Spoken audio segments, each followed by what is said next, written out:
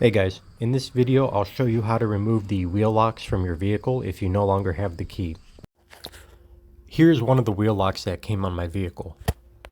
There's a couple different designs, but I believe this one is from the manufacturer McGard, M-C-G-A-R-D. I attempted to remove these a few different ways, such as grabbing them with channel locks, vice grips, and trying to find a socket small enough to fit on the inside. But what ended up finally working was hammering a 3/4 inch 12-point socket around the outside of the lock. Ideally, you'll want to use a 12-point socket that barely fits around the lock and hammer it on as far as possible. This will allow for more grabbing points on the lock itself.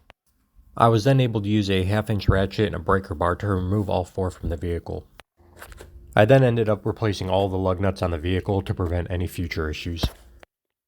I hope you found this video helpful and informative. If you could, please leave a like and subscribe.